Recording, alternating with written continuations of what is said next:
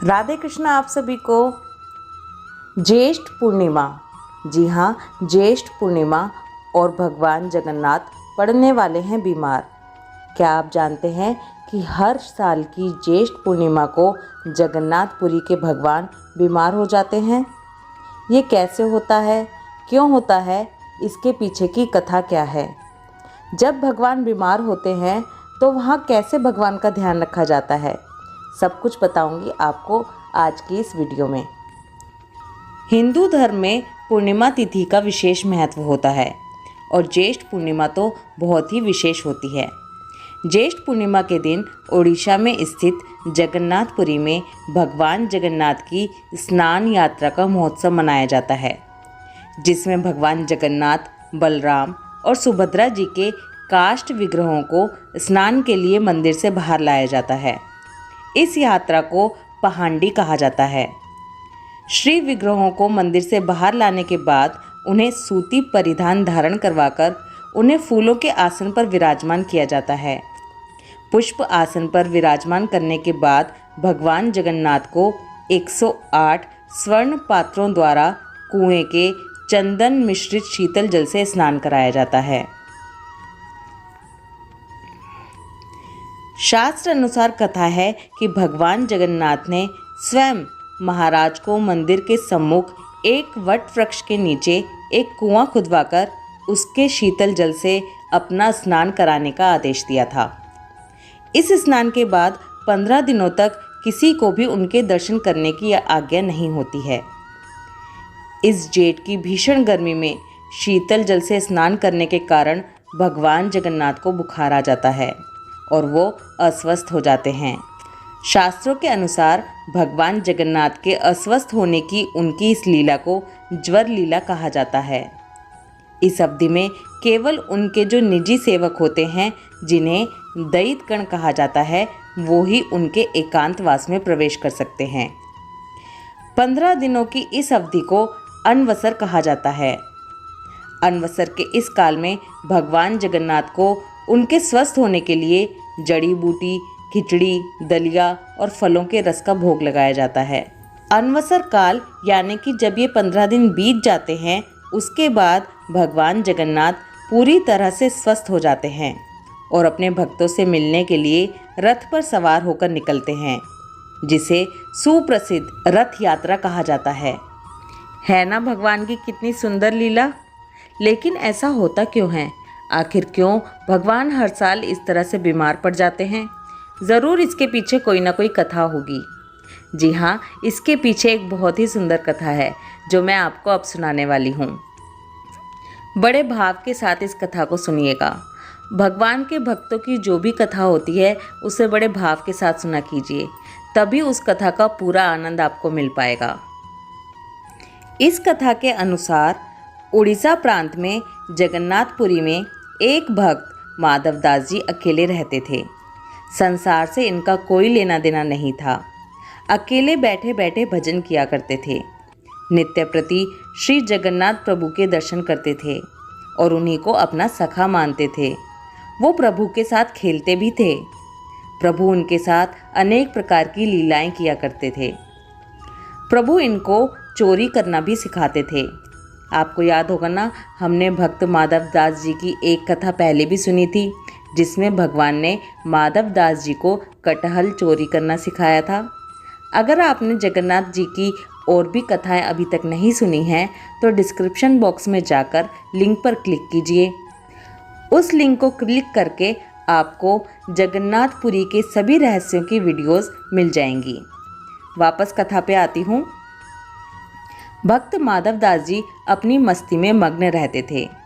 एक बार माधवदास जी को अतिसार का रोग हो गया। वो इतने दुर्बल हो गए कि उठ बैठ तक नहीं सकते थे, लेकिन जब तक उनसे बना वो अपना कार्य खुद करते रहे। वो सेवा किसी से भी नहीं लेते थे। कोई कहे महाराज जी हम करते हैं आपकी सेवा, तो कहा करते थे नहीं, मेरे तो केवल एक जगन्नाथ जी ही हैं, वो ही मेरी रक्षा करेंगे। ऐसी दशा के कारण उनका रोग और बढ़ता चला गया। वो उठने बैठने में भी असमर्थ हो गए। माधवदास जी का रोग इतना अधिक बढ़ गया था कि उन्हें पता भी नहीं चलता था कि कब मल मूत्र त्याग देते थे। उनके वस्त्र और उनका शरीर खराब हो जाता था। उनके शरीर से दुर्गंध आने लगती थी। तब श्री जगन्नाथ जी खुद सेवक बनकर उनके घर पहुँचे और माधव दास जी को कहा कि हम आपकी सेवा करते महाराज। अपने प्रिय भक्तों के लिए प्रभु क्या क्या नहीं करते। माधव दास जी के खराब हुए वस्त्रों को भगवान श्री जगन्नाथ जी अपने हाथों से साफ किया करते थे। उनके पूरे शरीर को साफ करते थे और उनको स्वच्छ करते थे। इतनी सेवा तो कोई अपना भी नहीं कर सकता जितनी सेवा श्री जगन्नाथ भगवान ने अपने भक्त माधव दास जी की है। जब माधव दास जी को होश आया तब उन्होंने तत्काल पहचान लिया कि ये तो मेरे प्रभु ही हैं। एक दिन तो श्री माधव दास जी ने पूछ लिया, प्रभु आप तो त्रिभुवन के स्वामी हो, आप मेरी सेवा कर रहे हो। आप चाहते तो मेरा ये रोग दूर भी तो कर सकते थे। रोग दूर कर देते तो ये सेवा करनी ही नहीं पड़ती।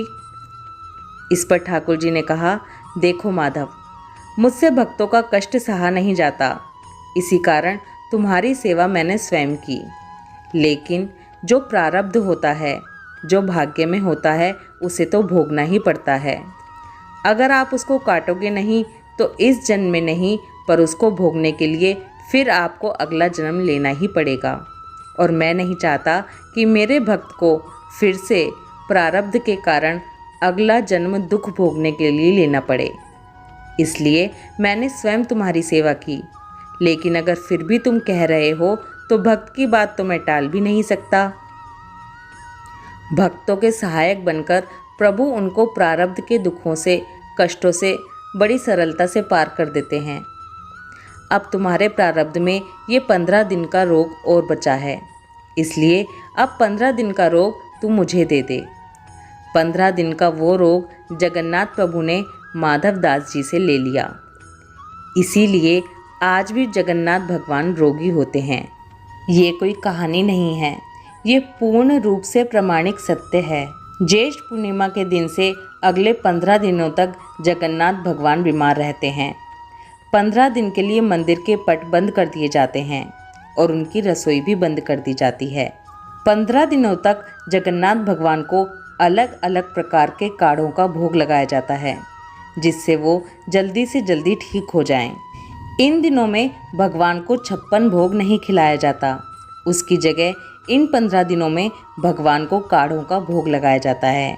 इस दौरान भगवान को आयुर्वेदिक जड़ी बूटियों का भी भोग लगाया जाता है।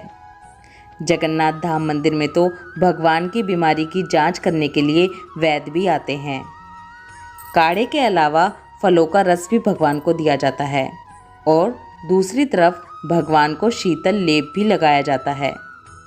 बीमारी के दौरान उन्हें फलों का रस, छेना का भोग लगाया जाता है और रात में सोने से पहले मीठा दूध अर्पित किया जाता है। इस दौरान मंदिर के पट पूरी तरह से बंद कर दिए जाते हैं। भगवान की आरती भी नहीं की जाती। बस वहीं मंदिर के किनारे पर पंडित जी एक अगरबत्ती जलाकर रख देते हैं। बल्कि इस दौरान भगवान जगन्नाथ को सिंहासन पर भी विराजमान नहीं किया जाता। उन्हें खाट पर ही लिटाया जाता है। उन्हें राजसी वेश से मुक्त कर दिया जाता है और उन्हें हल्के वस्त्र पहनाए जाते हैं। भगवान की खूब सेवा की जाती है। उनको जादुई काढ़ा पिलाया जाता है। इसे जादुई काढ़ा इसलिए कहते हैं क्योंकि इसमें तरह तरह की जड़ी बूटियाँ मिली होती हैं। अमावस्या के दिन भगवान मीठा दूध पीने के बाद स्वस्थ हो जाते हैं और उसके बाद हर वर्ष आषाढ़ मास की द्वितीया तिथि को अपने भक्तों को दर्शन देने के लिए रथ पर विराजते हैं और भव्य रथ यात्रा निकाली जाती है जो 10 दिनों तक चलती है। कैसा लगा आपको भगवान की इस सच्ची लीला को जानकर? ये कोई कहानी नहीं, सत्य घटना है। आज भी भगवान बीमार होते हैं, इसलिए ज्येष्ठ पूर्णिमा आए तो आप भी जगन्नाथ भगवान के स्वस्थ होने की रोज़ कामना कीजिए कि हमारे प्रभु जल्दी से स्वस्थ हो जाएं और सिंहासन पर विराजें। अगर आपको ये वीडियो अच्छी लगे तो ज़्यादा से ज़्यादा लोगों के साथ शेयर कीजिए। बोलो भगवान जगन्नाथ की जय। राधे कृष्णा।